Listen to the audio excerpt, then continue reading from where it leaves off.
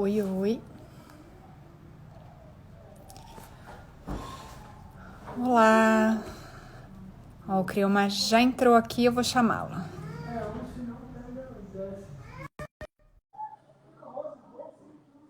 Temos. Oi, oi, consegue me ouvir? Olá, E consigo, tudo aí, bem? tudo jóia? Então Tentando tá arrumar esse bom. trem aqui pra. Ah, corta um pouquinho, né? Não tem problema não. Eu também tô tentando aqui enquadrar melhor. Tô Cada tendo... dia minha gambiarra tá diferente aqui, Eu tenho pra aqui, equilibrar o celular. eu uso uns durex, uns palitos de fósforo. Eu tenho pilhas Parece. de livros aqui, assim. Ah, mas pessoas que leem. Sua estante tá melhor que a do Guedes, hein? Tem mais Você livros viu? que a dele aí, tá excelente. Eu uso a parede, porque aí não importando o que tem do outro lado, é sempre a parede. Então, tá Então, essa tranquilo, aqui vai.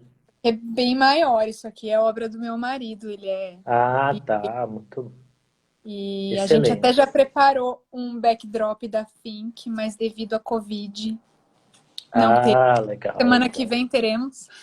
Legal, legal, legal. Boa E aí ideia. vamos fazer com outra cara. Aí dá para fazer até no lavabo, né? É Aí dá para verdade, fazer em tem essa qualquer canto. vantagem, né? Dá para fazer em qualquer canto. É isso. A gente aqui tem uma parede que a Stephanie fez, que é a coisa mais linda do mundo, assim, que é várias cores, fica tipo um. Cara, o nome daquele negócio, aquele fundo azul que usam no cinema, azul com verde, tem um nome para aquilo Chroma técnico. key? Isso, fica parecendo aquele troço. É Ah. muito bonito. Só que não tem mesa lá. E aí no Instagram quebra a perna, né? Porque não dá pra ficar em pé. E Eu cheguei a aí. comprar essas luzes, luminárias de LED que cabe o telefone, mas ela nunca dá na altura. Então não. Ah, eu sei Ou qual é o você nome usa sem disso aí. mesa. Ring light. Ring É light. isso, fugiu. Ou você usa Isso. sem mesa, sentado assim, ela fica na altura. E aí eu comprei outro tripézinho de mesa, super bonitinho, meu celular tomba. Então, Ah, a gente se eu. vira com os livros. Não, eu tenho. Eu ganhei da Suelma uma caixa. A Suelma assistiu uma A live Suelma minha. tá profissional. Ela assistiu uma das minhas lives e falou assim, cara, eu vou te mandar, eu quero que você vire youtuber. Aí um dia eu tava aqui em casa e chegou uma caixa do Mercado Livre que cabe na Isso é mesa, culpa assim, do Bernardo, que tá aqui né? online. Bernardo que introduziu ela no Mercado Livre. E aí, e aí eu recebi uma caixa de traquitana, assim. Eu sei usar uns 30% até agora, mas ele tem um tripézinho de mesa que é pequenininho e você torce ele e o celular fica em pé. Então hoje foi a primeira vez que eu usei, tá perfeito para mim, assim, tá Preciso funcionando muito pegar bem. referência com a Suelma, então. Nossa, foi Bom, o sobrinho dela que comprou, vamos dizer a ah, é? verdade, não foi ela não. Ela só pagou, o sobrinho dela que escolheu. Bom, vamos lá. Que o pessoal Bora já lá. está vendo aqui que a conversa é de compadres, né? Que a gente já está É, batendo papo. Ninguém sabe que eu já briguei com vocês de manhã. O Creomar está tentando insistir Suelma, que eu adote um cachorro, isso, porque o adote um cachorro. Tavinho. E eu não tenho a menor condição de ter um cachorro aqui na minha casa, em quarentena. Ele precisa voltar a visitar as vovós para ver o cachorrinho lá. Ao fim, Tudo bem. durante toda a live, a cada resposta eu vou fazer assim. Essa hashtag significa dizer, adota um cãozinho, Silvia, Adote um né? cãozinho. Então, Não toda vez tenho que eu for te responder, eu vou fazer isso aqui, né? Sempre tem a possibilidade de adotar um cãozinho. Então, pessoas que estão aí, ponham pressão, né? Ponham pressão na Silvia. Vamos subir a hashtag adote um cãozinho, né? É bom, cães são instrumentos de amor em casa, né? Pacotinhos de amor pequenininho. Então, né? Adote Olha, um minha cãozinho. casa já tem amor suficiente, eu não tenho a menor Amor, por condição. isso, olha um cachorro, adota um cachorro, vai receber um monte de amor, vai ser maravilhoso. Vamos falar de política, Creomar? Bora, bora, adote, Silvia, aí, já tem gente aqui, ó, colocando, adote um cãozinho. Isso aí, galera, vamos subir Olha a que hashtag, vamos sacanagem, subir a que hashtag. sacanagem. Vamos lá, gente, é adote, Silvia, adote um cãozinho, hashtag adote um cãozinho. Isso aí, Bom, vamos lá. Depois a vamos gente lá, conversa sobre isso um pouco mais. Mas vamos falar de política. Bom, vamos. pessoal, obrigada. A gente já tem uma audiência bacanérrima aqui. O Creomar é um amigo que eu fiz na pandemia, né? A gente Isso, já viramos compadres, mas a gente só se conhece online, remotamente. remotamente, até que eu possa voltar aí para Brasília ou ele vir para São Paulo. Mas é um cara que eu já fiquei assim super feliz de vê-lo no JN. Ele tem as lives deles diárias ali no Instagram, todo dia, meio-dia, de segunda a sexta, imperdível. Falar que hoje eu não consegui assistir muito, porque eu estava aqui na preparação, mas, Claro, né? claro. E você conseguiu almoçar? Então, eu tive sorte. Ontem minha mãe me deu uma pizza. E aí eu comi uma Ah, fatia dessa pizza entre a minha live e a sua. Eu coloquei e na airfryer. Airfryer é vida. Quem inventou a airfryer? Meu beijo no coração. beijo. E Helgovers aí, da Philips, da Valita. por favor, amo vocês todos. Amo vocês todos. Tá aqui uma fatia da pizza na airfryer. Comi. E E aí tem outra para depois da live. Eu como o restante. entendi. Aqui nem cheiro de bife ainda, só Tavinho almoçou.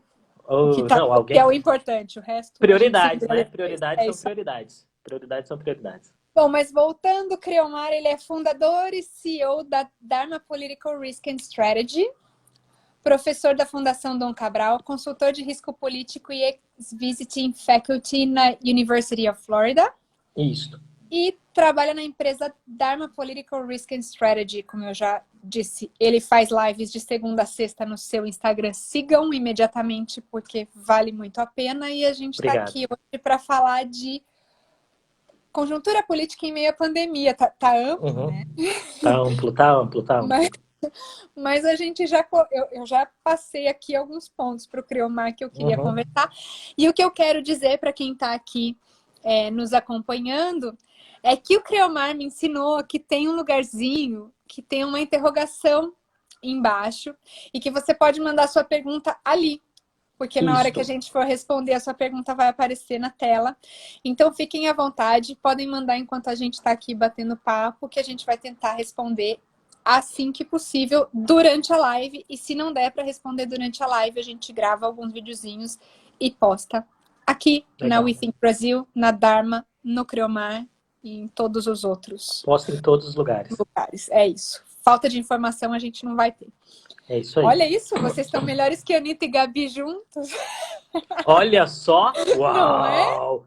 Não é? Maravilhoso. É a força do budismo, irmão. É isso aí. Vambora. Então, pode mandar, pode mandar.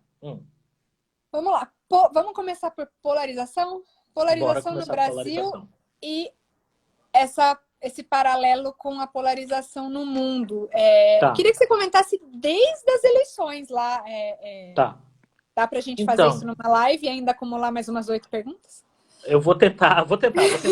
Eu creio que assim, Silvia, primeiro, muito obrigado. Esse espaço é muito legal. O trabalho que vocês fazem na We Think Brasil é maravilhoso. Adoro você, adoro o Bernardo, adoro todo mundo que está aí. Espero que a gente consiga sempre fazer coisas legais juntos, né? Esse é o espírito da Dharma, né? Que é a ideia de verdade. Sigam a Dharma, sigam o Creomar, sigam a Silvia, sigam a We Think. Então, polarização. Qual é o marcador fundamental da polarização, né, nesse processo todo que a gente vive? Eu creio que a polarização vem de antes da última eleição, na verdade. A gente começa a identificar os primeiros elementos de polarização bem-sucedidos, porque mal-sucedidos eles vêm desde os anos 90, né? Mas os primeiros indicativos de polarização bem-sucedidos politicamente estão na segunda eleição do Lula, né? O Lula, na sua reeleição, ele já abre mão daquela ideia do Lulinha Paz e Amor e começa a soltar um germe do nós contra eles, do Brasil dos incluídos contra o Brasil dos excluídos, do Brasil oficial versus o Brasil real. Isso vai começando a ser construído ali, vem a eleição da Dilma e na reeleição da Dilma isso fica mais forte, né? Esse sentimento de que somos nós contra eles. E simbolicamente isso dá para ser indicado com o fato de que o PT, da primeira vitória do Lula para o PT da segunda vitória da Dilma, é o PT que usava a bandeira do Brasil e na segunda vitória da Dilma está usando só a bandeira do PT. Isso é simbolicamente um indicativo de que o partido vai abrindo mão do discurso para todos e vai assumindo o discurso só para os nossos, né? E como um efeito rebote disso, tem uma expressão que eu gosto muito e que inclusive é um produto da Dharma que se chama blowback, né? Que é o efeito inesperado de alguma ação política. O efeito inesperado disso é que o outro lado reage, né? Quanto mais esse grupamento que estava no poder vai polarizando, o outro lado vai reagindo dizendo, tá, você está me jogando contra as cordas? Beleza, eu não vou ficar aqui apanhando, eu não sou uma vidraça, né? Eu reajo.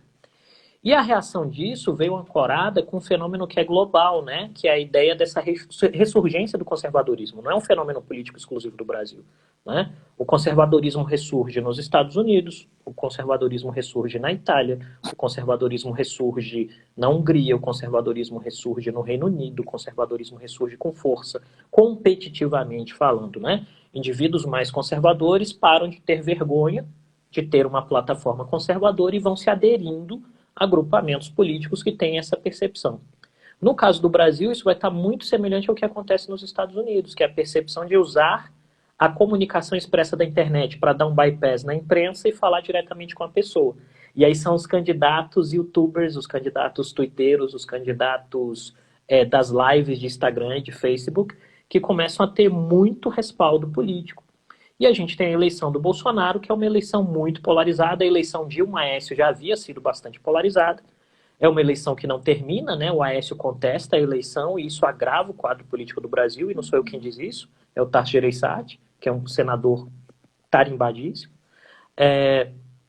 E o Bolsonaro consegue fazer uma leitura que é melhor que a leitura do PT, né? Essa leitura é responder perguntas complexas com respostas simples. Quais os problemas do Brasil? Corrupção, né? Como eu resolvo os problemas do Brasil? Polícia na rua.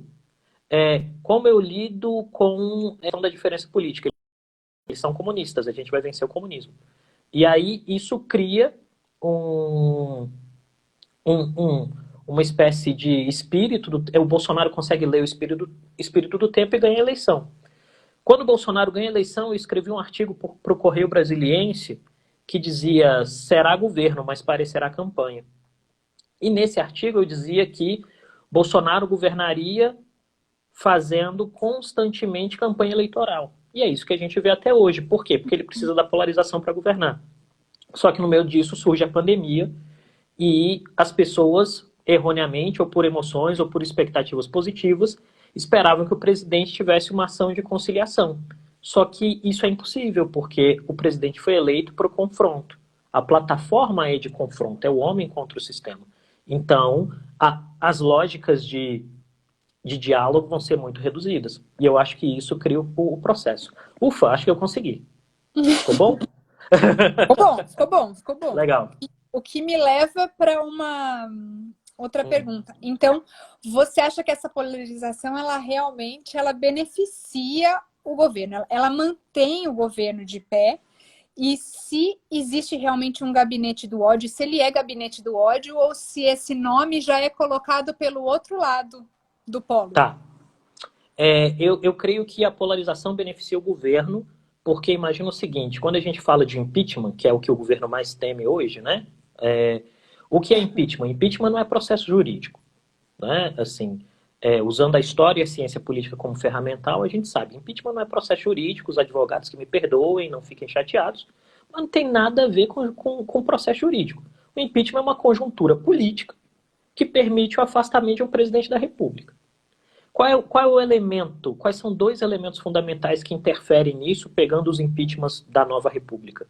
Um é apoio popular, o outro é apoio congressual, né? Fernando Collor caiu por causa de uma Fiat Elba, né? Porque não tinha apoio congressual e não tinha apoio popular. A Dilma caiu porque assinou lá uns decretos, porque não tinha apoio popular e não tinha apoio congressual, né? Bolsonaro, então, percebe o quê? Ele não pode perder os dois pontos. Então, ele fala cada vez mais para sua militância, para manter o apoio popular. E aí é importante, por mais que as manifestações sejam muito diminutas nesse momento de pandemia, elas simbolicamente passam uma mensagem, que é: Bolsonaro tem tantos apoiadores que a rapaziada não tem medo de ir na rua e vai apoiar. Então é o impacto visual da carreata, são as manifestações na frente do Palácio do Planalto, é o presidente ir à manifestação com seus ministros, tudo isso cria elementos, né? E de outro lado ele tem que romper o cerco no legislativo. Como ele rompe o cerco no legislativo? Ele rompe o cerco no legislativo cooptando o centrão, que é a estratégia que todo mundo usou desde a nova república para cá. Você chama, o sistema é fragmentado, você chama a turma e fala: então, turma, eu tenho aqui pedaços das políticas públicas para você administrar. Você quer? Se o cara fala quero, você dá um pedaço da política pública para ele e troca isso por apoio no Congresso.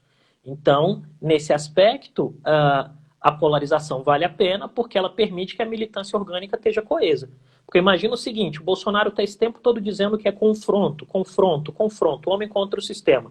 E aí, de repente, amanhã o Bolsonaro vem à TV e fala, eu queria aqui prestar minhas condolências às pessoas que morreram de Covid-19, falar para os governadores que o que está no passado é passado, vamos todos juntos trabalhar, encontrar uma solução e normalizar o ambiente político nacional. Essa militância vai embora.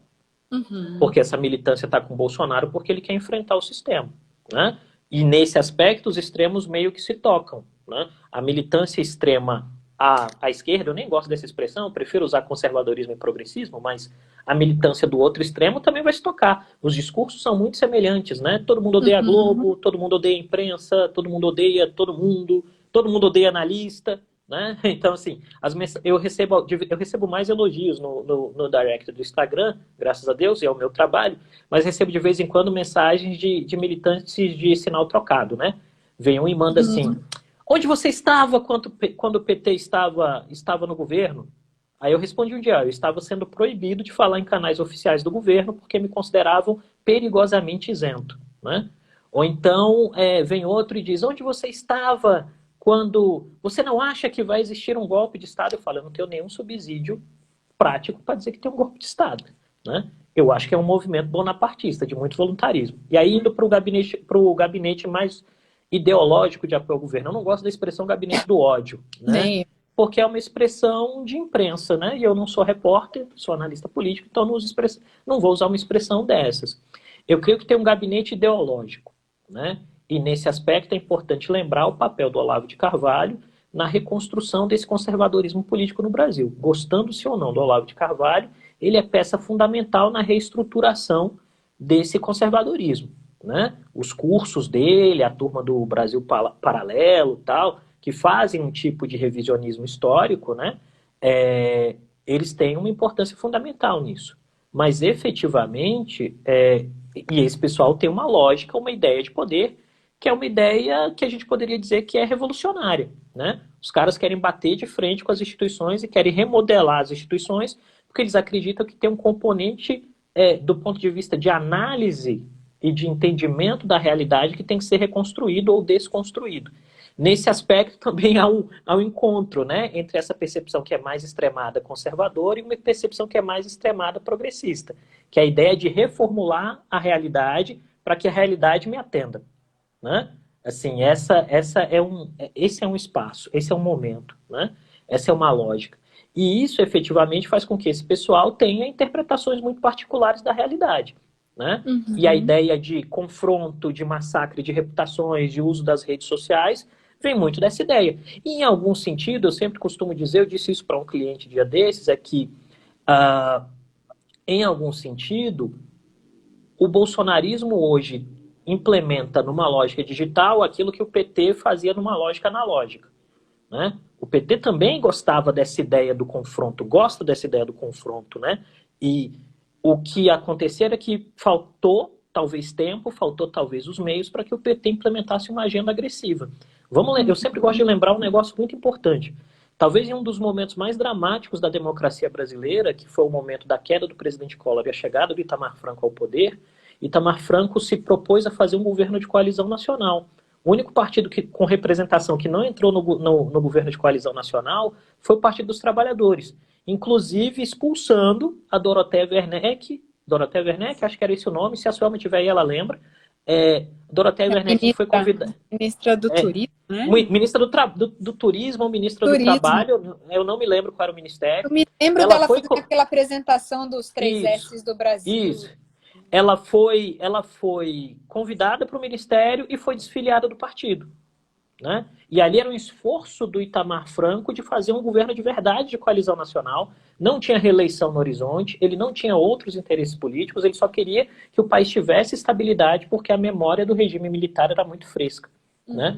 E o partido não participou. O partido também não assinou a Constituição de 88, né? Então, assim, tem um ranço complicado aí que eu acho que em algum momento envolve a própria necessidade de prestação de contas à sociedade. Mas lembra, estou falando isso como analista, né? A turma às vezes escuta e não gosta. Mas o nosso papel, e você sabe muito bem disso, quando a gente vai conversar com as pessoas, é falar o que elas não querem ouvir. Se for para falar o que elas querem ouvir, a gente deixa de ser analista e consultor e vira amigo, né? Então, vai pro bar. Vai pro bar. E aí, análise, como eu digo lá nas lives, análise não é conversa de bar. Né? Análise é análise. Ministra do Trabalho, isso mesmo, Suel. Eu sabia que era Ministério do Trabalho. Ministério do Trabalho e MDIC. Então, assim, ela foi expulsa do partido. Então, tem esse componente, né? A América Latina é muito permeada por essa ideia de polarizar, de que manter a galera muito, a militância orgânica muito junto. E o Bolsonaro hoje está na tentativa de fazer militância orgânica, junto com esse gabinete ideológico. Eu tenho várias perguntas aqui para fazer o gancho, mas eu tentei ler a pergunta e a minha câmera virou. Vou fazer outra tentativa aqui, ó. Bem-vinda ao meu mundo, já rolou comigo. Olha aí, consegui, isso é maravilha. Verônica. Aê, Verô. Quais são as... Pera aí. Quais são as chances de manutenção da polarização nas próximas eleições com o cenário de crise atual? Segura essa pergunta, Criomar. Vamos deixar lá mais para o fim. Me lembra. Que eu tenho um roteirinho aqui para nós. Tá bom, segue seu roteiro, vai na fé. Então, eu vou mudar aqui. Não ponham lá na interrogação que eu me atrapalhei. Ponham aí nos comentários mesmo que eu sigo. E eu já sei fazer. Eu sou libertário, gente. Põe onde vocês quiserem, mas é só porque às vezes a dislexia complica. Vai aí. Então, a ferramenta aqui deve funcionar melhor, mas eu não me adaptei. Deixa eu pegar um gancho nas coisas que você disse. Quando a gente falou em imprensa, essa é uma pergunta que eu recebi dentro da minha família essa semana. Hoje a gente tem essa coisa muito radical de que a imprensa é contra o governo Bolsonaro, principalmente a Globo, e os militantes têm uma aversão à Globo, estão tentando até fazer um boicote, e a gente tem sentido esse efeito. Mas também, quando a gente olha lá para trás, o governo petista também tinha essa ojeriza com relação à Globo. Então, essa campanha de que a Globo é contra o governo, ela vem lá de trás. E hoje o que se fala é que a Globo é petista, é comunista, é tudo mais menos bolsonarista. Qual é o real cenário? A gente sabe que realmente existe um grande problema de corte de verbas e que as emissoras estão passando por um momento complicado, mas como é que você vê isso? Então, Silvia, eu creio que a primeira questão é, em democracia, imprensa boa é aquela que o governo não gosta. Tá? O governo não tem que gostar de imprensa. Tá? Imprensa está lá para meter o dedo na ferida mesmo, te fazer a pergunta que você não quer responder, levantar a denúncia que você nem sabia que existia. A imprensa está aí para isso. Né? Eu recomendaria até um filme que se chama The Post, com a Meryl Streep e o Tom Hanks, se eu não me engano. Que é isso, a imprensa está aí para falar o que o governo não quer ouvir. Né? E essa é a vantagem da democracia.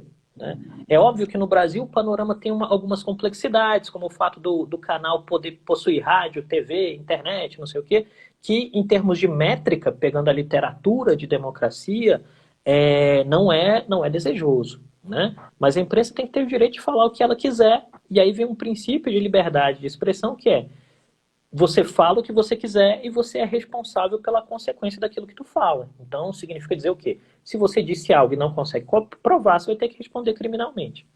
Qual é uma questão que eu acho que é muito forte no Brasil? É o fato de que efetivamente, os políticos como grupo, né, independente de partido, políticos se comunicam muito mal com a sociedade. Políticos não sabem se comunicar com a sociedade, né? E não sabem porque tem dificuldades sistemáticas, não sabem porque, às vezes, os melhores profissionais estão na imprensa mesmo, é normal, né? Mas até mesmo dentro da imprensa, você vai ter grupamentos de imprensa que são mais favoráveis, falando específico de Bolsonaro, né? Você tem grupamentos de blocos de imprensa mais favoráveis ao governo, blocos de imprensa menos favoráveis ao governo. O que eu tenho observado, e nós na Dharma acompanhamos isso também, é que, efetivamente, imprensa e política é feita por agenda. Né? E aí, vamos falar, por exemplo, à medida que o Bolsonaro nega o isolamento social, governadores e prefeitos aderem ao isolamento social porque isso me dá crédito. Né? À medida que o governo erra em uma política pública, e é tanto o governo do Bolsonaro, quanto o governo Temer, quanto o governo Dilma, quanto o governo Lula, Fernando Henrique, a imprensa vai bater nisso. E aí vem um ponto. Imprensa precisa vender jornal. Para vender jornal, você vai martelar na manchete. E aí, infelizmente, eu creio que uma dificuldade do Brasil é que a gente não tem memória. né? Então, assim, eu me lembro, por exemplo, o quanto que a Veja batia no Fernando Henrique Cardoso. José Serra, em campanha, de vez em quando soltava umas dizendo, dando a entender que a Veja era petista. Porque os escândalos do governo apareciam no domingo, aos domingos na Veja, Uhum. né? Quando o PT ganha a eleição, aí o PT começa a dizer que a Veja é tucana, né? Só que aí qual é o fator novo que entra? A internet, né? Então aquilo que a gente esperava uma semana para receber a revistinha, sai o tempo todo, né? Sai no Twitter. Mas a imprensa está aí para isso. Liberdade de imprensa é fundamental. Não dá nem para fazer o nosso trabalho se não tiver liberdade de imprensa, porque você vai pegar informação aonde? Né? Uhum. Então, assim, liberdade de imprensa, transparência, acesso à informação são pré-requisitos fundamentais da democracia. E, óbvio, cria desconforto, mas aí é que tá. É feito para criar desconforto, gente. Democracia não tem que ser confortável. É tipo tem uma ideia que eu acho bastante risível até, que é, de vez em quando alguém vem e fala, porque há harmonia entre os poderes. Não tem harmonia entre os poderes, gente. Não tem que Poder ter. da, poder tem que dar coice um no outro, tá? Negócio de harmonia dos poderes poder tem que dar coice. Poderes dão coice uns nos outros para que eles se acomodem. O único momento, você pega da Nova República para cá, o único momento em que a gente teve estabilidade institucional no Brasil, no sentido de relação executivo-legislativo, a Lava Jato mostrou de onde vinha a estabilidade. A estabilidade vinha de corrupção. Então, tem que ter coice. Vai Ou na ter que ter coice ditadura, né? mesmo. Ou da ditadura, mas aí não conta, né? Porque a relação está desequilibrada. Então, É isso. assim, tem que ter coice, tem que ter desconforto, tem que ter liberdade de imprensa e é pancada mesmo. É pancada, é normal. O que acontece é alguém tem que ceder em algum momento, né? Tem que ceder em algum momento, né? É isso. Voltando ainda num outro gancho que você falou um pouquinho lá atrás sobre a questão do Centrão.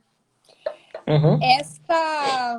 Esse embarque do Centrão no poder, essa negociação com o Centrão, ele serve para compensar as baixas que o governo teve? Então, a gente já teve uma baixa considerável do próprio PSL, a saída do presidente do partido e as baixas dos ministros técnicos.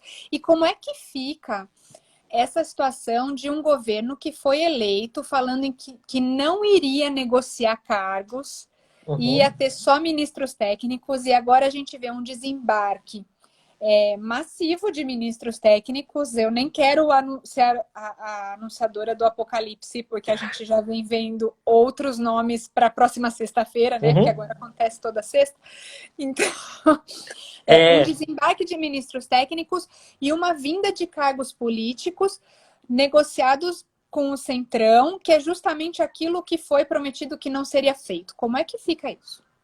Olha, eu creio que a pergunta é muito boa, Silvia. Eu creio que a primeira questão fundamental aí é que caberá ao governo explicar para suas bases por que está fazendo esse tipo de composição.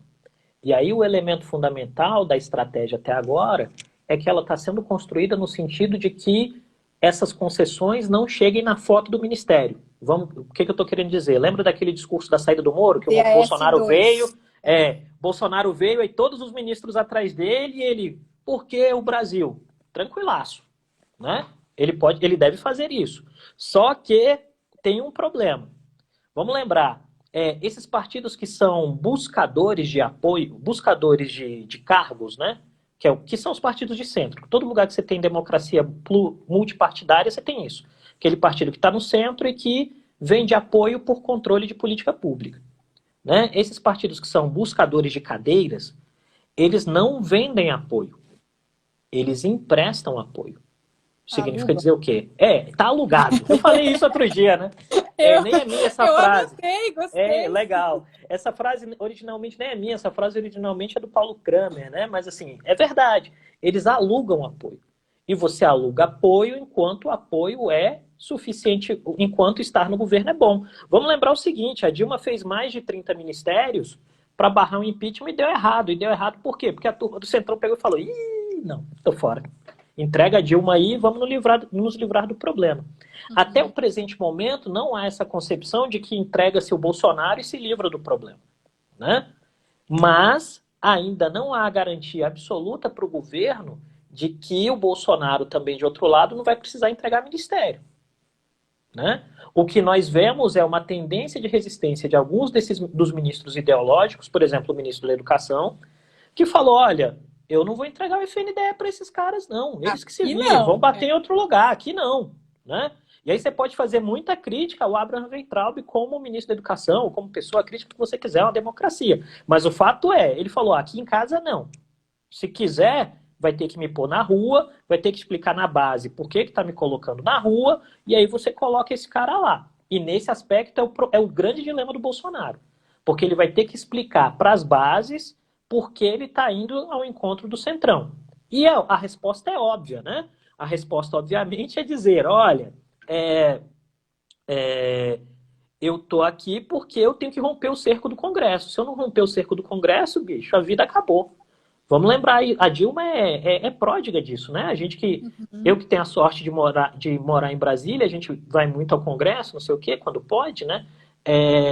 Eu me lembro, por exemplo, de passagens hilárias do governo Dilma, como, por exemplo, o líder do governo no Congresso e cumprimentar ela não saber quem é o cara. Então, assim, se você não sabe quem é o cara, e você sabe que essa história é verdade, se ela não sabe quem é o cara, o governo vai acabar, bicho. É simples assim, é muita ingenuidade achar que você sozinho, por ser presidente, e aí olha as coincidências de narrativa, né? Outro dia eu vi uma que era do presidente Bolsonaro, de um apoiador do Bolsonaro, que dizia assim, mas o presidente teve 58 milhões de votos. Se você voltar alguns anos no tempo, você vai ver lá que a narrativa da Dilma é porque a presidente Dilma teve 54 milhões de votos. É a mesma coisa, né? Político normalmente que é a mesma coisa. Mas a Dilma, assim, falando um pouquinho disso que você está falando desse desconhecimento dela de lideranças e tudo mais, ela claramente ela jogava mal esse jogo do Congresso. Sim, jogava mal. E a gente viu o Bolsonaro no começo jogar mal o jogo do Congresso, o que é um pouco, na minha concepção, é inadmissível para um cara que esteve lá dentro por 20 anos. A Dilma, ela era crua, ela tinha essa coisa mais de administradora, gestora. Ela chegou lá porque ela tinha essa característica dentro do governo Lula e ela foi eleita pelo Lula. A gente não pode negar isso. Sim, claro, porque ganhou a eleição pelo Lula. O Bolsonaro, ele vem de muitos mandatos do Congresso. Como que ele não saberia jogar esse jogo? Ou é proposital? Ou ele não jogou o jogo justamente porque ele estava jogando com esse público na promessa de que eu não vou jogar com o Congresso? Ou realmente foi uma falta de habilidade que ele está tentando recuperar agora? Eu creio que é um pouco isso não pode comprometer ele com a militância, de novo, né? Eu creio que é um pouco de cada coisa, né? Assim, nada é monocausal, né? Eu creio que é um pouco de cada coisa. De um lado, o Bolsonaro tem um discurso que é de enfrentamento da estrutura política. Então, como o discurso é de enfrentamento da estrutura política, eu vou bater de frente. E para quem acompanha o Diário Oficial sabe que desde o início do governo, nomeações partidárias foram feitas. Elas só não estavam na foto, né? Em outros níveis. Né? Em outros níveis. Você pega, por exemplo, você tinha lá 4, 5 ministros do DEM. Isso, pô, né? É só juntar A com B. E ainda existem. Né? Você junta A com B e vê, olha, tem um elemento de diálogo político aqui. Mas aí vem um ponto importante, né? A racionalidade é limitada pelas emoções. Então, a turma que votou na ideia da esperança de ter um presidente da República que não negociasse com o Congresso, porque a gente também, como sociedade, fracassou em explicar para as pessoas que negociar com o Congresso é uma função do presidente, que negociar não é corromper, né? Corrupção é crime. Negociar é sentar e dialogar e falar, ó, até onde eu posso ir, até onde você pode ir. Né? A retirada do Onix da Casa Civil, ela já não é também um passo para trás com essa negociação no Congresso ou é simplesmente porque ele não conseguiu fazer essa negociação como o Bolsonaro queria? Por incrível que pareça, não é um passo para trás, por duas questões. Né? A primeira é que o Onix, assim como o Bolsonaro, era um deputado que não conversava com ninguém. Né? As más línguas dizem, né, que o Bolsonaro era tão ruim de resenha que ele não fazia resenha nem no futebol dos deputados da quarta-feira. E ó que ele foi deputado na legislatura que tinha o Popó e o Romário na legislatura. Era a melhor legislatura para jogar bola no Congresso Nacional. E nem lá ele fazia resenha. Né? O Onix também nunca foi de resenha. Então, quando ele tira o Onyx e coloca o Braga Neto é um cara muito inteligente. O que é que o Braga Neto percebe? Velho, a gente tem que conversar com o Congresso, senão o governo acaba. E aí o Braga Neto e o Luiz Ramos fazem o quê? Vão conversar com o Congresso. E aí o governo começa a romper o cerco. Minha percepção é que o governo teve seu momento mais difícil 3, 4 semanas atrás, quando o Mandetta caiu. Porque lá era terra arrasada. O que o Braga Neto e o Luiz Ramos fizeram? Pegaram a turma do gabinete mais ideológico e falou, então, rapaziada, vamos ficar ali no Twitter, né? Vamos para lá. Presidente, a questão é muito séria. Se a gente não conversar com o Congresso, o senhor vai cair. Uhum. Sabendo Porque o Mandetta eles... é filho dali, né? O Mandetta vem do Isso, Congresso e é muito sim, hábil em muito trabalhar hábil. Congresso. Né? Isso. E aí eles percebem também que o Rodrigo Maia não quer lidar com a treta que é o impeachment. Primeiro, esvaziam o Rodrigo Maia, trazendo os partidos do Centrão, não todos, mas trazendo alguns. E aí o governo cresce para uns 200 votos de base. Isso já barra o processo. Depois que isso está feito, chama o Rodrigo Maia. Fala, não, você é importante, vamos conversar. Que foi o abraço semana passada, né? O Rodrigo Maia vai no Planalto e ganha um abraço. Em Né? tempos de Covid. Em tempos de Covid. Abraço em tempos de Covid. Cara, complexo. Então, o que acontece? Esse processo cria uma conjuntura nova. Né? E aí, nesse aspecto, o que acontece? O Bolsonaro nunca foi esse cara do diálogo. Bolsonaro, deputado, ele tinha 2 funções a cada ano legislativo. Né? Uma era garantir eventuais reajustes, eventuais proteções para aqueles grupos que o apoiavam, que é normalmente as Forças Armadas, os policiais militares, né? E garantir, em algum sentido, a presença dele em votações estratégicas como suporte a essas demandas. Então, Bolsonaro nunca foi um deputado com grandes pretensões congressuais, mas ele teve a leitura de cenário político, e isso é muito importante. Ele teve a leitura de cenário político de conseguir encarnar em si uma série de expectativas e demandas de grande parte do eleitorado. Né? Uhum. Vamos lembrar o seguinte, essa é uma coisa que eu falei, inclusive, em uma aula que eu fui convidado online para uma instituição, para uma universidade americana. Repara, Bolsonaro ganha eleição sem falar. Bolsonaro não fala. Não foi para debate. Não foi para debate. No início não ia para debate porque estava na frente, que é uma estratégia que vem desde o Collor, né? Quem está na frente não vai no debate para não se expor. Depois teve o episódio do atentado, e aí ele não fala. Mas mesmo assim, as peças, ele não tinha tempo de TV, então a fala era muito reduzida. E não tem discurso, não tem palanque. Bolsonaro ganha a eleição sem falar. Ele ganha a eleição com as expectativas emocionais das pessoas acerca do que ele era, não do que ele era de verdade. Pega aí a grifa expectativas. Né? Uhum. E nisso é uma estratégia de campanha genial.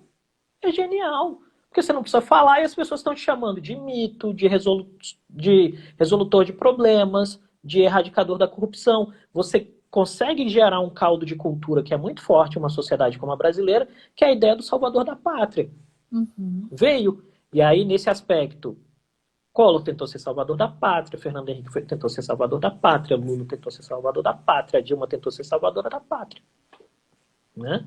E à medida que você consegue canalizar isso com alguma narrativa, que seja um mito, Dilmãe, Lulinha, Paz e Amor, ou vai, entendeu? E cola, e aí você ganha a eleição. Aqui fica uma pergunta que eu não quero que você responda, porque Tá bom. acho que uma outra live nessa linha de que os eleitos queriam ser salvadores da pátria se os vices que assumiram não foram mais salvadores da pátria do que os próprios eleitos. Acho que pode Esse é o uma nome. outra live. Tá bom. Fica tranquila. Eu vou ler os comentários que tem aqui e tem algumas perguntas lá na caixinha que eu também vou colocar. E eu tenho 2 perguntas que eu não quero deixar passar e a gente tem 20 minutos ainda. Então vamos lá. A Suelma disse que liberdade de imprensa é a base sólida de uma a base de uma democracia sólida. E o Weber falou que falar ficou igual a martelar. E a Sandra disse que a imprensa em geral distorce. Uhum. E comentou que é absurda a falta de harmonia entre poderes, e o Leonardo colocou que a imprensa sempre vai falar da situação e não da oposição. Aí o Weber, que é Papis. Oi, Papis! pergunta se temos nessa polarização a reedição de janistas versus ademaristas, em Eu versão adorei isso tecnológica. aí. Eu adorei isso aí Ou e se é eu não muito acho antigo. antigo exemplo. Eu não acho antigo exemplo. Eu achei o exemplo bom pra caramba. É isso mesmo. É isso mesmo, assim. O Brasil tem, sempre que a gente pode votar em algum momento o Brasil polariza, né? Se a gente pegar a República Velha lá, a gente vai ter, em algum momento, os tenentes, que são as classes urbanas, contra a oligarquia. A tentativa de eleição do Rui Barbosa é isso. Se você vai ter lá, depois do período getulista, né, a República de 46 a 64, ela é rachada, né, entre aqueles herdeiros do getulismo e o denismo. Se você pegar especificamente a função do Carlos Lacerda, é isso. E quando a gente volta para a nova democracia, a gente tem no início que essa polarização é PT contra PSDB, e isso é importante dizer, né? Por que o PSDB tinha tantos votos? Porque não tinha nenhum outro candidato que se colocasse efetivamente contra o PT. Então se criou a ideia de que era uma centro-esquerda contra uma esquerda. Mas na hora que o PSDB na hora que surge alguém que está mais conservador e diz, olha, esses tucanos aí também são petistas, então vamos para outro lado. As pessoas falam, caramba, e aí desidrata. E são dois fenômenos legais de 2018, né? Um é a desidratação do PSDB como partido, e outra é a desidratação da Marina Silva, né? Legais do ponto de vista analítico, tá, gente? Então, assim, a Marina Silva perde 20 milhões de votos em 4 anos. E por quê? Porque as pessoas não queriam ali uma ideia de centro, elas queriam uma ideia extremada. Elas queriam o não petismo. E aí, nesse aspecto, eu creio que o caldo de cultura é construído no sentido de que, primeiro, tem todos os escândalos de corrupção. Segundo, o PT faz uma escolha muito clara, né? A escolha é preservar sua base no Congresso, e para preservar sua base no Congresso, ele só pode falar com a militância. Então, o partido não pede desculpas. Repare isso, o partido não pede desculpas. Porque não pedindo desculpas, você sustenta a narrativa de que o problema são os outros. E olha, quem mais pensa que o problema são os outros, né? O problema são os outros, nós somos injustiçados, vota em mim, e a narrativa deixa de ser eu tenho que prestar contas à sociedade, a narrativa passa a ser Lula livre. O PT teve exatamente o que queria nas eleições de 2018. Bancada na Câmara dos Deputados, porque isso permite o fluxo de grana via fundos. Queria isso. E aí não pede desculpas. E aí a sociedade fala, pô, os caras não vão pedir desculpas, não tem ninguém que tá batendo nos caras de verdade, eu vou nesse cara que tá batendo nos caras de verdade. E aí o Bolsonaro vem batendo nos caras de verdade. E aí vão votar neles. E aí você tem o PSL que tinha 8 deputados, pula para 53. Né? Por quê? Porque alguém não pediu desculpas. E aí vem, quais são os compromissos, né? E essa é a dificuldade da democracia brasileira. A maioria dos partidos tem compromissos que envolvem só o calendário eleitoral e não compromisso com democracia como ideia. E isso é muito ruim. E tanto é isso que já não estão juntos, né? E isso é muito ruim, sobretudo, no nosso caso, quando a gente fala, nós atendemos prioritariamente instituições que são de fora do Brasil, isso gera uma dificuldade, porque o estrangeiro olha e fala, cara, o que está acontecendo? Né? É instável. Por que é instável? Né? Por que está vindo assim? Não funciona. Enquanto que setores que estão dentro se contaminam também. Os setores vão se contaminando, isso é muito ruim. Os setores vão assumindo posições políticas, que é sempre um erro, né? Esse desafio de explicar lá fora como é que funciona o Brasil é só para quem... Bom, continuando aqui, a Sandra comenta que o exemplo antigo mais ajuda na falta de memória do povo. A Cecília comemora aqui que a live é informativa, leve, esclarecedora e parabéns. Obrigado. A Neia coloca aqui, entende que a polaridade é necessária para que se mantenha e que se o Bolsonaro fosse favorável ao isolamento social, os governadores e prefeitos teriam uma posição contrária. Você acha? Talvez. Política é feita de... Não dá para saber. Política é feita de espaços, né? O que me parece é que os governadores encontraram uma agenda nacional à medida que o presidente errou. Né? Errou na minha avaliação em termos de políticas públicas, tá? Aí aqui o Satiro faz uma pergunta que, na verdade, tem a ver com a minha próxima pergunta. Então, opa, manda aí. Até que ponto o que segura o presidente é a incógnita representada pelo vice? Eu acabei de comentar isso com o Satiro, numa ligação que a gente fez. E aí eu queria que você comentasse Mourão. O que representa Olha, o General eu, Mourão? assim, a primeira coisa é tudo que envolve política no Brasil, porque é muito instável, né? O Brasil é uma democracia de média para baixa qualidade. Então, isso é um problema porque as regras, a gente não sabe até onde as regras funcionam. E aí tem muita variável emocional e muita histeria coletiva. Eu creio que uma dessas histerias e desses componentes emocionais está muito vinculada ao fato de que nós não conseguimos resolver efetivamente algumas das feridas do nosso passado, né? Estou falando especificamente do regime autoritário. O Brasil fez uma saída genial, que era a lei de anistia, né? Anistiou todo mundo, tá todo mundo tranquilo, tá todo mundo bem, foi o jeito que você encontrou para estabilizar o sistema político. Só que aí o tempo passou e a rapaziada falou, vamos fazer uma comissão da verdade, que é quebrar a regra se você tem uma regra de anistia. Isso, assim, eu não estou dizendo que A é certo ou B é errado, eu só estou dizendo que a regra do jogo foi mudada no meio do curso. Isso alimentou, de lado a lado, rivalidades e rancores. O que a gente tem hoje é que o governo Bolsonaro e Bolsonaro propositalmente se identifica o tempo todo com os militares, né? Mesmo não sendo militar, ele é um ex-militar, ele recebeu baixa do exército, mas ele narrativamente diz que é militar. Politicamente cola, porque o exército especificamente no caso do Brasil é uma força de unidade nacional, né? O exército está no país todo, então, principalmente para as camadas mais pobres, há muita respeitabilidade no exército. Só que isso, em vários setores da política, cria aquele medo de, cara, e se o exército quiser derrubar o governo, a democracia ou coisa do gênero? E me parece que, em algum sentido, o presidente é muito bem sucedido em construir uma narrativa que brinca com esse medo inconsciente. Uhum. O presidente Mourão, até o presente momento, na minha percepção, não fez nenhuma fala que fala que... Meteu um ato falho aí, falou o presidente Mourão. O vice-presidente Mourão, né? Mas, enfim, foi um ato falho. O vice-presidente Mourão, até o presente momento, é porque ele foi presidente em exercício, né, durante a cirurgia.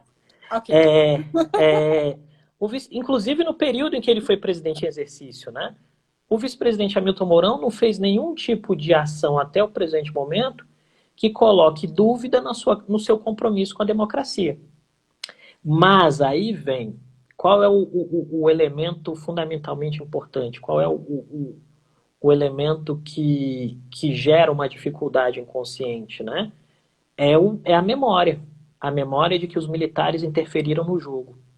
E isso, em algum sentido, é alimentado propositalmente pelo governo Bolsonaro à medida que ele coloca militares em postos estratégicos do governo, né? Porque eu digo, olha, eles são parte do jogo. E hoje os militares sabem que eles são parte do jogo. Se o governo der errado, eles vão pagar a conta. E pagar a conta para o militar é pagar a conta da instituição que vai perder respaldo nas camadas mais pobres da sociedade. De novo, e assim, eles não querem isso. Por isso que o esforço enorme, por exemplo, do Heleno, do Luiz Ramos, do Braga Neto, do próprio Mourão, de construir lógicas que salvem o governo, né? Porque o governo está numa situação muito ruim. E isso, em algum sentido, sempre acontece quando você tem aquilo que a gente chama de troca de guarda. Isso quer dizer, tem um grupamento político que está há muito tempo no poder, esse grupamento sai e vem um grupamento que é novo eleito. Então, o primeiro ano de governo é sempre muito complicado. Se alguém que estiver vendo a live quiser olhar na literatura, dá uma olhadinha no primeiro ano da administração do Kennedy nos Estados Unidos. Foi uma tragédia, os caras erraram tudo. E por que eles erraram? Né? Eles erraram porque eles não sabiam como administrar a máquina. Os republicanos vinham de um longo período, o Kennedy traz gente muito nova, mas que ainda não sabia como funcionava. E esse é um ponto, né? A turma do Bolsonaro é muito nova. Ninguém, de fato, ali tem grandes experiências de administração. Então, a margem de erro aumenta. Eu costumo dizer, desde o início desse governo, que o que vai marcar a qualidade do governo e a relação dele com os outros poderes é a curva de aprendizagem. Quanto mais rápida a curva de aprendizagem, melhor você consegue administrar a coisa pública. O problema é que o governo, no primeiro ano e 2 meses, achou que a lógica de campanha constante não exigia curva de aprendizagem. Na hora que vem a pandemia e bate na cara, isso fica muito aparente. Aí você tem que encontrar mecanismos de resolução. Bom, Não sei como é que a gente vai administrar o tempo aqui, estou quase encerrando e começando o outro. Tem tanta coisa aqui. Eu vou juntar, então, aqui os comentários. A Verônica falou que se era falha ou se você já está prevendo o futuro. Não, é falha. É E, falha, eu também erro. e aí tem uma outra pessoa aqui que eu não consigo identificar o nome, coloca professor Creomar, não erra fácil, com certeza foi prevendo o futuro.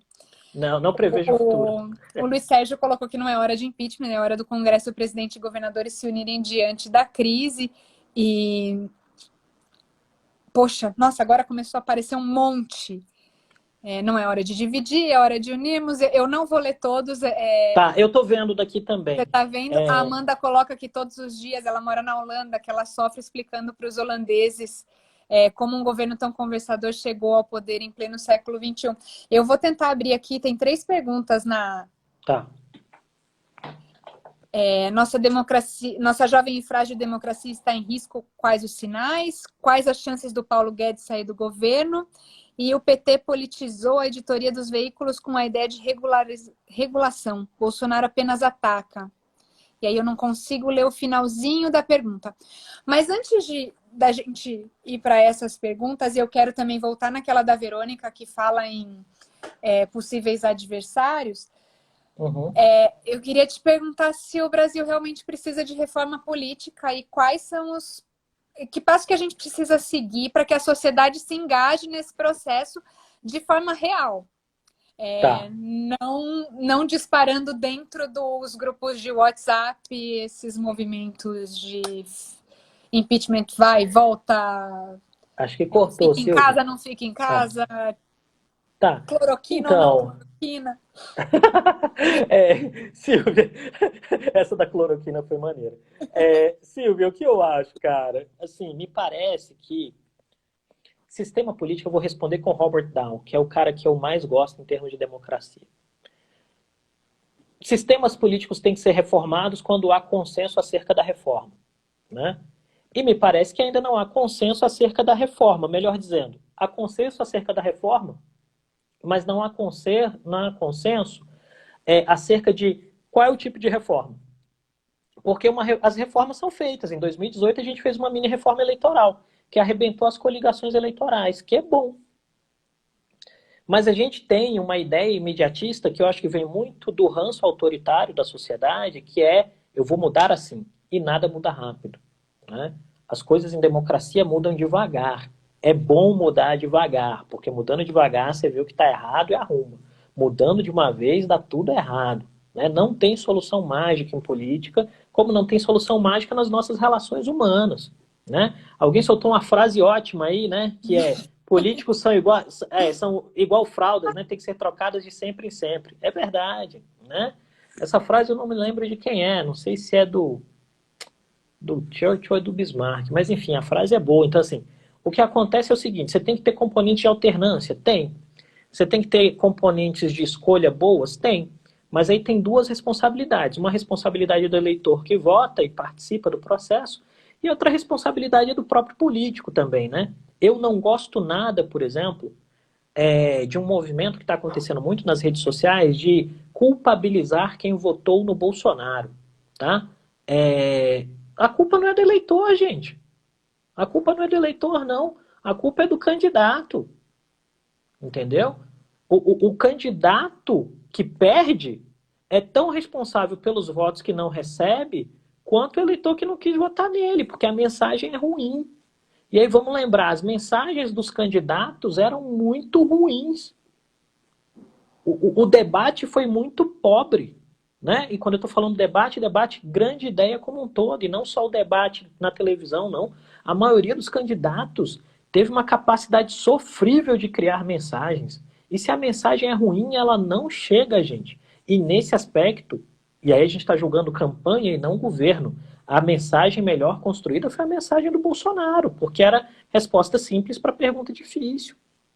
Então, assim, o eleitor vota em quem pode escolher, entendeu? E você não acha que essa questão da comunicação ela vai evoluir ainda e que a gente é capaz de ter muito mais YouTubers e Instagramers eleitos com baixa capacidade política, que a gente tem visto, e perder os políticos que realmente sabem fazer política, até porque, como o sistema político mudou, o sistema eleitoral mudou, a questão de doações, né? Acho que isso é um tema para uma outra live, de financiamento de campanha e tudo mais. Será que a gente também não arrisca perder os bons e que sabem fazer política para esses novos ideólogos? Eu acho que é o seguinte, o bom mesmo tem que reunir qualidades, né? Que qualidades são? Uma qualidade que é de fazer boas políticas públicas e a qualidade de ser competitivo eleitoralmente. Porque concorrer a eleições é parte do jogo. Então o cara tem que melhorar a sua capacidade. Ele tem que se adaptar. Tem umas coisas que eu acho bem engraçadas, assim, por exemplo, uma das coisas que eu acho mais engraçadas é coaching de político, né? Coach de político eu acho engraçadaço. Tipo assim, é o cara tô estudando vou te isso. ensinar a ser coach de político. Tipo, velho, enfim, né? Tem Eu não vou expressar minha vários opinião aqui. Eu não vou expressar minha opinião, só vou dizer que eu acho engraçado, tá? Mas enfim, cara, o negócio é o seguinte, você tem que conseguir ler o espírito do tempo. O político tem que ler espírito do tempo, né? Assim, qual é o espírito do tempo? O espírito do tempo na eleição do Bolsonaro era as pessoas estavam desencantadas. A verdade é essa. Houve um divórcio do cidadão brasileiro, né, com a ideia de bem-estar social vendida pelo Partido dos Trabalhadores e por outros partidos de esquerda, porque essa ideia foi contaminada e manchada por corrupção. Então toda a ideia de que o Estado era grande e ia resolver foi divorciada de grande parte do eleitorado que viu, pô, tô pagando imposto pra caramba para os caras estarem roubando. Essa é a mensagem. À medida que isso ficou claro, as pessoas viraram para onde? Eu vou virar para alguém que diga que vai eliminar a corrupção e que vai diminuir o papel do Estado na economia, que são as duas perninhas de apoio do Bolsonaro, né? Paulo Guedes e Sérgio Moro. Né? Não que o Sérgio Moro manifestasse durante a campanha que ia ser ministro, mas assim, mas era o Brasil do lavajatismo. O lavajatismo virou uma estrutura política. Isso aconteceu no Peru também, né? Só que lá a operação foi muito mais bem sucedida do que a nossa, na verdade, na minha opinião. Sim, a ideia de anticorrupção virou um elemento. Vai. Eu vou te interromper para então garantir a resposta para Juliana. Paulo Guedes fica? Amanhã eu vou falar sobre Paulo Guedes e Centrão na minha live, né? Spoiler? Spoiler. Um spoiler é: o Paulo Guedes fica enquanto o presidente e o próprio Paulo Guedes quiserem que ele fique. Né? A questão fundamental é que o governo está num processo de reformulação. Eles estão trocando as rodas com o carro em movimento. Isso vai ter um impacto na agenda do Guedes. Vai. A questão é saber, o Guedes vai querer trabalhar com uma agenda nova ou ele quer sair porque ele não vai trabalhar com uma agenda que é nova. Esse é o ponto importante. Isso.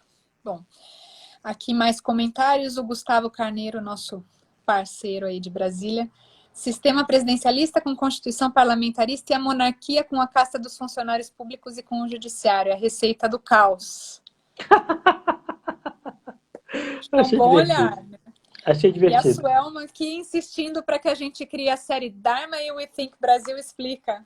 Porque olha tem aí, muitos temas. Acho que a gente pode conversar sobre isso. A gente pode conversar sobre isso. Na próxima live do Fábio Júnior, né? Ô, cara, Fábio Júnior. Fábio Júnior, se cantar aquela música do pai, irmão, eu choro uma semana. Choro uma semana. Agora não. Alguém, por favor, faça essa mensagem chegar ao Fábio Júnior. Fábio Júnior, faça mais lives. Você tem 2 fãs aqui, né? Por favor, canta aquela música do pai, que eu choro pra caramba, velho. Muito legal. Aquela é bem difícil. Em tempos de isolamento, nossa, então. Dói no coração. E aí eu fecho aqui com a frase da Suelma de que política é diálogo. E eu adoraria dialogar mais contigo, mas temos também 1 minuto e acho que a gente pode colocar todos os outros temas para a segunda edição do We Think Brasil e Dharma. Com certeza. Vamos fazer isso, vamos construir. Foi um prazerzão, viu? Foi muito bom, muito obrigada. A nossa conversa continua daqui a pouco no WhatsApp, porque não quero parar. Não vou adotar um cachorrinho por enquanto. Adota cachorrinho, Silvia. Adota um cachorrinho.